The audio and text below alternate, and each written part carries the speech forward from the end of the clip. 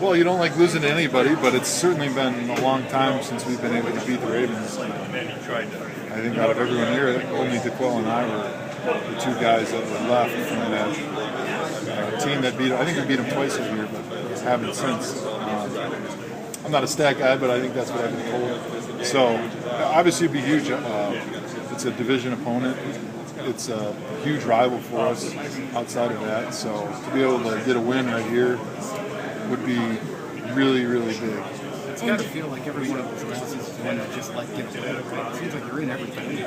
That's every loss. I mean, just about every loss, which it's good. I mean, you want to be right there at the end with a chance to make a play to win, and we've been there. We just need to get over that hump and need to make that play at the end of the game or wherever it happens in the game to turn things and kind of put the dagger in the heart and win.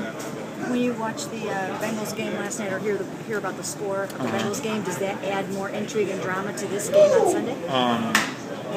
Yeah, maybe for the fans. I know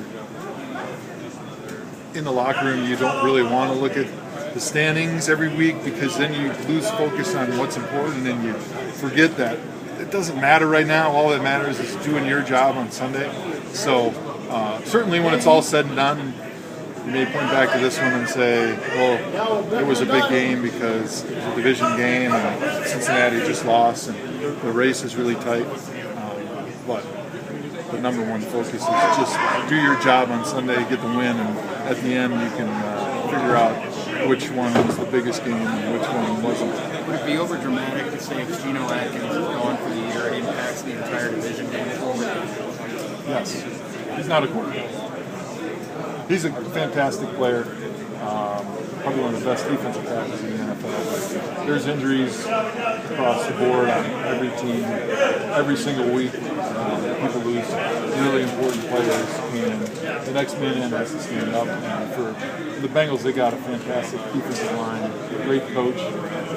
They're extremely deep, and so while it's going to hurt because anytime you lose an All-Pro, it hurts.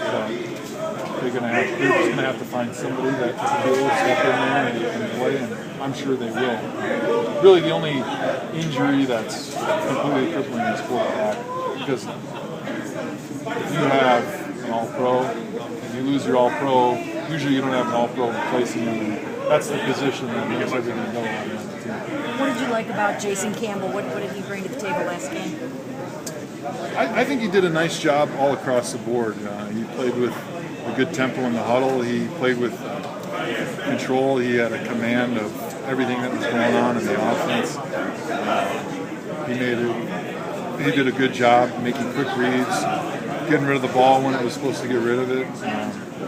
Just doing the things that, as a starting quarterback, you need to be able to do. Joe, when we saw Hoyer get thrown in there, he obviously played better the second start than he did the first start in Minnesota. Do you have reason to believe Jason can do that from start one to start two?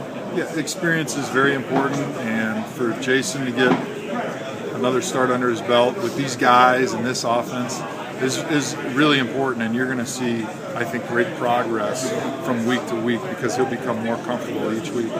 Did you love the way he just stepped up and scrambled away from pressure, and rolled out, and all that kind of stuff? Yeah, he did a nice job. It's obvious when you watch the tape that he's had 70-plus NFL starts because he's playing the position the way it's supposed to be played. Hey, Joe, how much do you look forward to? I mean, I know you face the Ravens twice a year, but how much do you look forward to a challenge like Terrell Suggs? Look forward to it? I don't know if I look forward to it. I like those easy games. No, he's a fantastic player. Been one of the best pass rushers in the NFL since I've been a rookie. So it's always a tremendous challenge.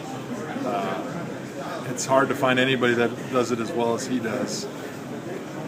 So maybe on defense it's fun when you have a great challenge, but on offense it's not fun. It's a headache.